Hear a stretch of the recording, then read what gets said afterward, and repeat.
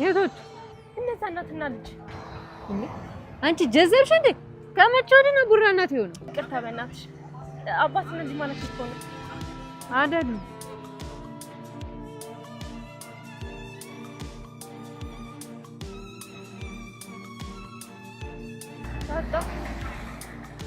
ጋሽ መጣ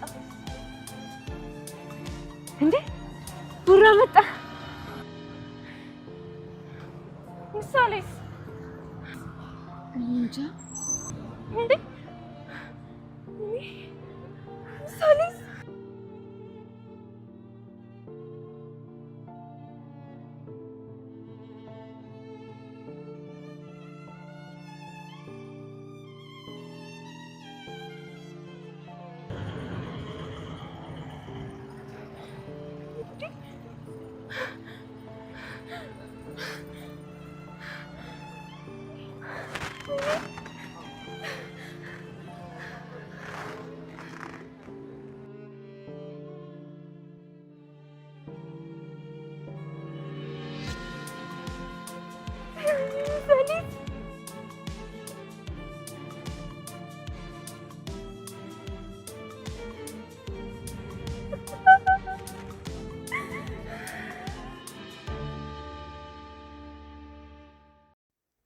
ብሩክ ብቻውን ተመለሰ። እንግዲህ ምሳሌን ለማሳከም ወደ ውጭ ሄደው እንደነበረ ይታወቃል።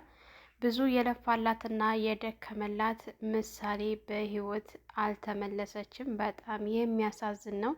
ብዙ ነገሩን አጥቷል። ብዙ ለፍቶባታል። ብዙ መስዋዕት የከፈለበት ልጁን ብዙ ተስፋ ያደረገባት ልጁ እንግዲህ ሕክምና ላይ ብዙም ሳትቆይ አርፋበት ብቻውን በመመለሱ ዳጣና ቅድስት በነገሮቹ በጣም ነበረ የተደናገጡት።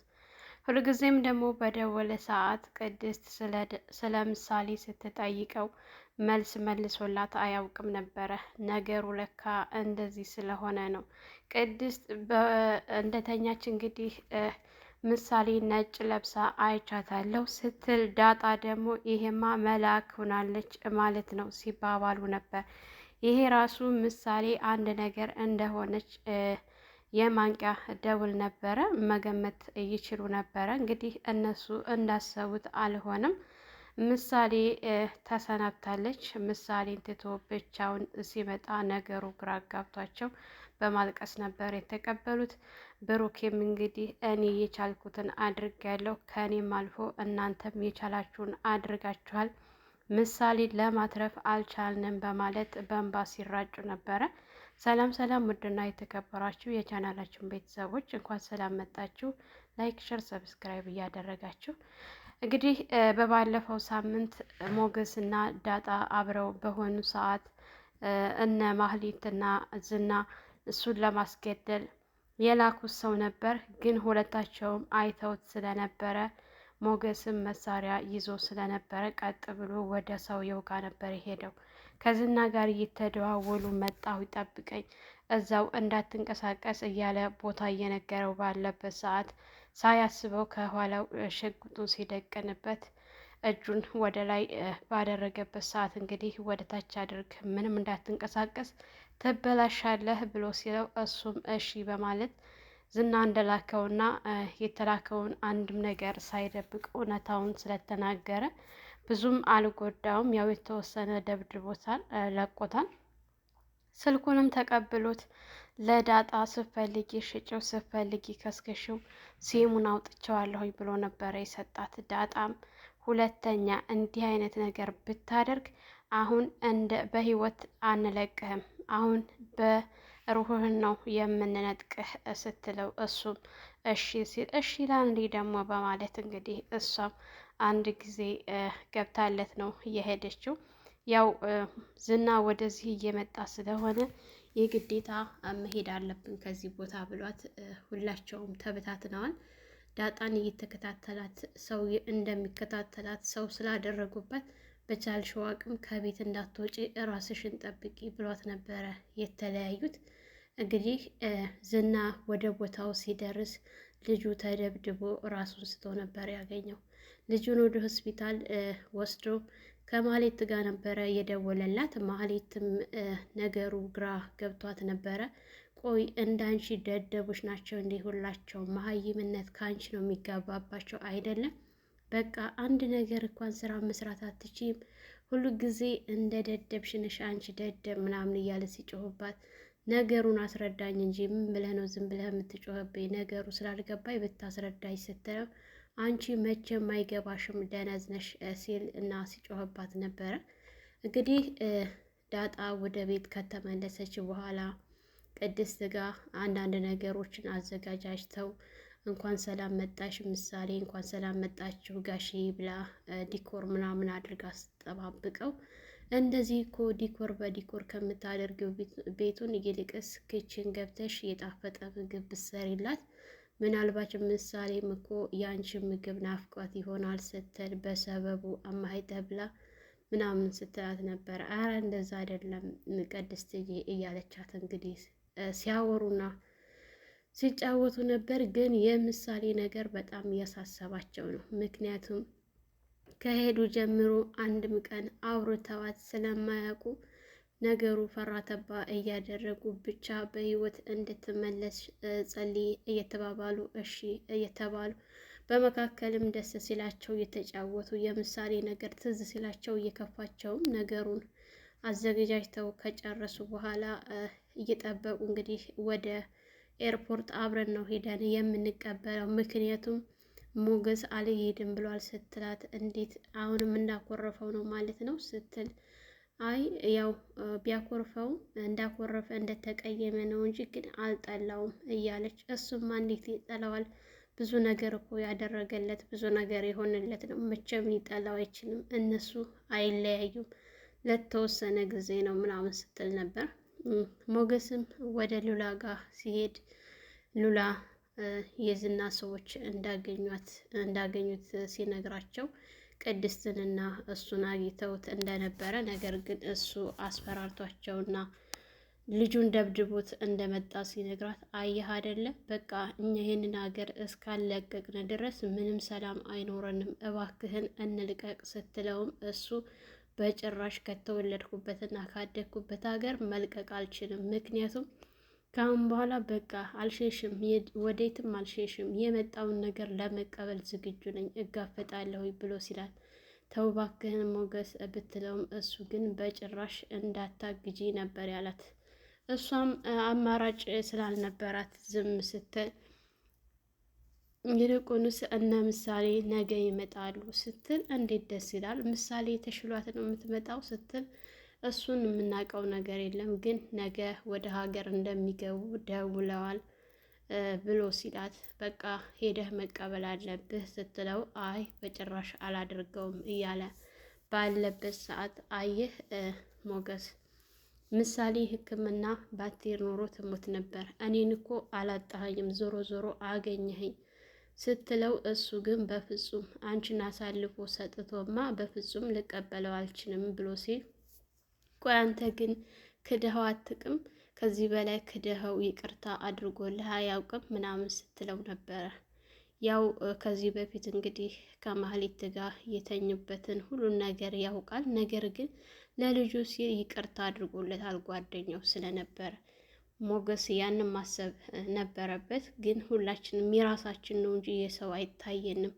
የራሳችን ህመምና የራሳችንን ቁስል ብቻ ነው ከፍ የምናደርገው። ሰዎችን ምን ያክል እንደበደልናቸው ማስታወስ ይሳናናል ማለት ነው። እንደዛ ስትለው ቢያንስ እንኳን ደስታውን አጣጥሙ ሳይጨርስ ዝና የሆነ ነገር እንዳያደርገው እሱን ባትቀበለው ከሩቅ ሆነ መከታተል አለብህ ስትለው በዛ ነገር ተስማምቶ እሺ በቃ በሩቁ ሂጄ እከታተላቸዋለሁ ሲል አዎ እንደዚህ ነው ስትል ነበር። እንግዲህ ዝና ነገሩ ስላልተሳካለት እንዳንቺ ደደቦች ናቸው ጨርሶ እያለ ማህሌትን ከጮኸባት በኋላ እይወልሽ ሞገስ ካልሞተ ቤቱን እንዳታስቢው፣ አሁን ደግሞ ብሩኬ ከመጣ ነገሩ ሁሉ እንዳለ ነውና የሚበላሸው ቶሎ መፍጠን አለብሽ ብሎ ሲላት እሺ ስትል ነበር። ያንቺ እሺታ አያልቅም፣ እስከ ዛሬ የምሰጥሽን ሁላ እየጻፍኩኝ ይዤዋለሁኝ፣ ሞገስ ካልሞተ አንቺ እንደምትሞቺ ታውቂያለሽ ብሎ ሲላት፣ እሺ እኔ ምን ማድረግ አለብኝ ስትል፣ ቆይ የምታደርጊውንም እኔ ነኝ የምነግርሽ፣ አንቺ ምንም ሀሳብ የለሽም ማለት ነው? ምን የተወደደብ ነሽ እያለ ለምንድን ነው ግን አንተ እማትረሳት ስትል፣ እሱን እንዳታስቢው ከኔ ጋር ባትሳፈጭ ይሻልሻል፣ ሁለተኛ እንዳትደግሚው ነበር ያላት። ወደ ቤት ከተመለሰች በኋላ ኤፍራታን አንዳንድ ነገር እየነገረቻት፣ እኔ አሁን ላይ ምን አለ ብሩኬን ባልተውኩት ብዬ አልኩኝ።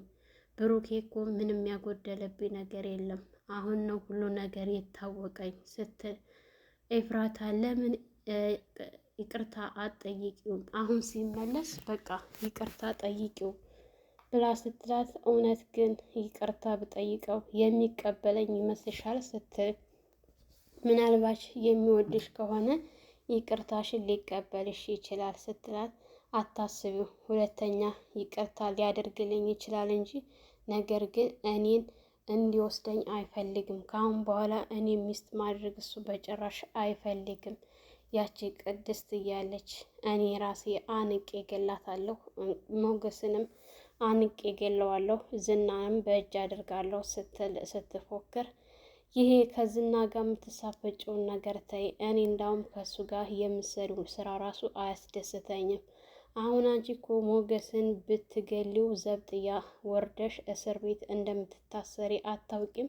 እስር ቤት ከገባሽ ምን ያክል ጊዜ እንደምትቆይ ገምችው። በግድያ ወንጀል እሱ ራሱ ነው አሳልፎ የሚሰጥሽ፣ ሌላ ሰው እንዳይመስልሽ። ራሱ ዝና ያሳስርሻል፣ ወንጀለኛ ናት ብሎ። ስለዚህ ቤቱም ይቀራል፣ አንቺም ደግሞ እስር ቤት በስብሰሽ ትቀሪያለሽ ስትላት፣ ለካ እንደሱም አለ ስትል ወደ ራሷ ስትመለስ፣ እና አሁን ታዲያ በቃ ምን አድርጊ ነው የምትይኝ ስትላት፣ እኔ ምንም አድርጌ አልልሽም፣ እምልሽ ነገር ቢኖር አሁን ከልጁን አሳክሞ ከመጣ ብሩክን ብቻ ይቅርታ ጠይቂ ስትላት ነበረ። እሱም ማይሳካ ነው እርሹ ስትላት፣ ዞሮ ኤርፖርት ሄጄ ጉዱን ማየት አለብኝ፣ ልጁን እውነት ተሽሏትን የመጣችው የሚለውን ማየት አለብኝ ስትል ነበረ። እንግዲህ ዳጣና ቅድስት ለባብሰው ከጨረሰች በኋላ ቅድስት በጣም አምሮባት ተውባ ነበረ ወደዛ ለመሄድ ያሰበችው። ነይ እንሂድ ምናምን ስትላት፣ ይህኝ እስቲ አምሮብኛል እንዴ ስትላት ነበረ። ይልቅስ ሰዓት አትግደይ፣ ነይ ውጪ፣ ምንድን ነው እንደዚህ የምትሆኙ እያለቻት ባለችበት ሰዓት ያው ሰዓት አቃጣልና መውጣት አለብን ብለው ተያይዘው ወደ ኤርፖርት ከሄዱ በኋላ ምሳሌንና ብሩኬን እየጠበቁ ባለበት ሰዓት ብዙ ሰዎች እያለፉ ልጆቻቸውን ይዘው ስታይ፣ ይኸውልሽ ያጋሽዬ ነው እንዴ በማለት ደጋግማ ስትላት ነበረ።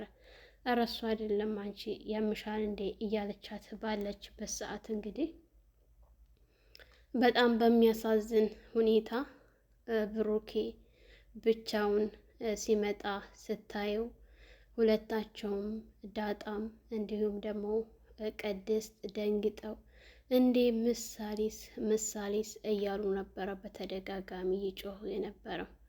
ምሳሌ በህይወት አልተመለሰችም።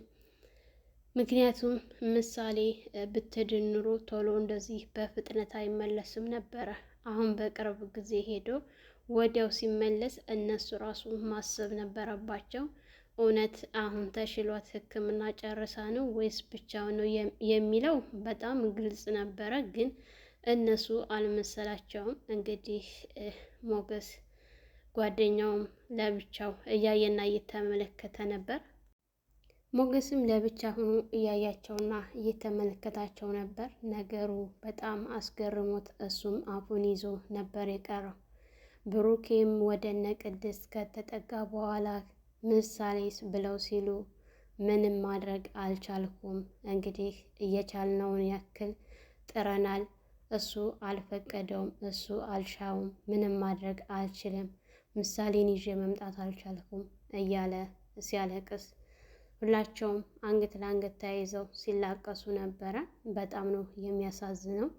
ዳጣ በጣም ነበረ፣ እኔ ዳጣ እንደዚህ አዝና አይቻት አላቅም። ምክንያቱም ምሳሌን በጣም ወዳት ነበረ። በጣም ብሩኬ በጣም ስብር ብሎ አዝኖ እንደዚህ ማየት በጣም ያማል። ለልጁ ብሎ በጣም ብዙ መስዋዕቶችን አሳልፏል። ብዙ ዋጋ ከፍሎበታል፣ ግን አልተሳካም። በጣም ያሳዝናል። ምሳሌ ከዚህ ድራማ ተሰናብታለች። ምሳሌዬ በጣም ወዳት ድምቀት ነበረች። ያው የድራማው ነገር ነው። ሰላም ሰላም! ውድና የተከበራችሁ የቻናላችን ቤተሰቦች እንኳን ሰላም መጣችሁ። ላይክ፣ ሸር፣ ሰብስክራይብ በማድረግ ለልጅ ሙቤ አዲስ የሆናችሁ የደውል ምልክት ማጥቆር አትርሱ። በያላችሁበት ፈጣሪ ጠብቃችሁ ሀገራችንን ሰላም ያድርግልን። ወጥቶ ከመቅረት ፈጣሪ ጠብቀን እያልኩኝ በዚሁ ሰናበታችኋለሁ። መልካም ቆይታ ይሆኑላችሁ።